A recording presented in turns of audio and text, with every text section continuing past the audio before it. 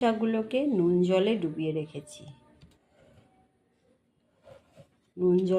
রেখেছি। এবারে কাটবো এগুলোকে। পুঁই শাকগুলোকে কেটে নিয়েছি, ধুয়ে আবারও ধুয়ে নিয়েছি। আজকে রান্না পুঁই শাক। রান্নায় লাগছে কুমড়ো, আলু, পটল, এই হচ্ছে আজকে সবজি। রান্নায় লাগছে সাদা তেল, 5 ফোড়ন, কাঁচা লঙ্কা। মশলায় লাগছে নুন, হলুদ, চিনি, লঙ্কার গুঁড়ো। এই হচ্ছে আজকে রান্নার মশলা। কড়াই বসিয়ে দিয়েছি, কড়াইয়ে তেল আছে একটু, আর তেল দিয়ে দিলাম।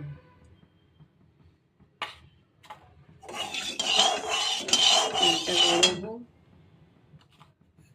দিয়ে দিচ্ছি 5 ফোড়ন।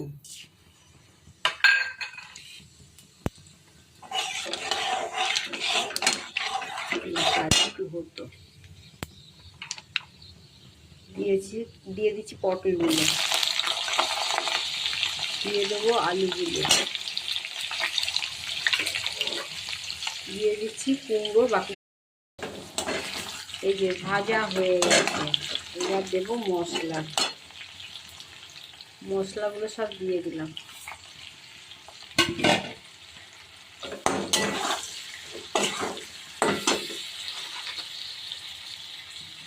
পুঁই শাকগুলো দিয়ে দিলাম।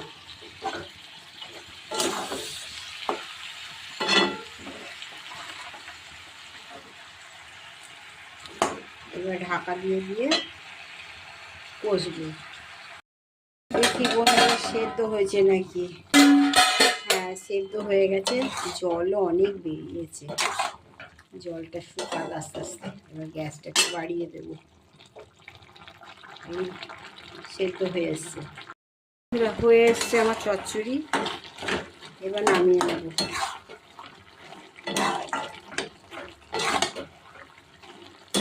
একদম শুকনো করে একটু রস রাখবো।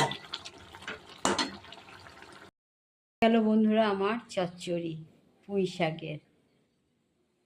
তো বন্ধুরা, আজকের রান্নাটা কেমন লাগলো অবশ্যই বলবে কমেন্ট করে। যদি ভালো লেগে থাকে আমার পেজটা, আর তোমরাও খাবে এরকম করে চচ্চড়ি করে খাবে, দেখে খুব ভালো লাগে। কুচি ডাঁটা, একদম কোনো সার নেই। সকালবেলায় গিয়ে নিয়ে এলাম, বেশ ভালো লাগলো, সবুজ সবুজ। আর যদি ভিডিওটা আমার ভালো লাগে আমার পেজটাকে ফলো করবে। টাটা, বাই বাই বন্ধুরা। এখানে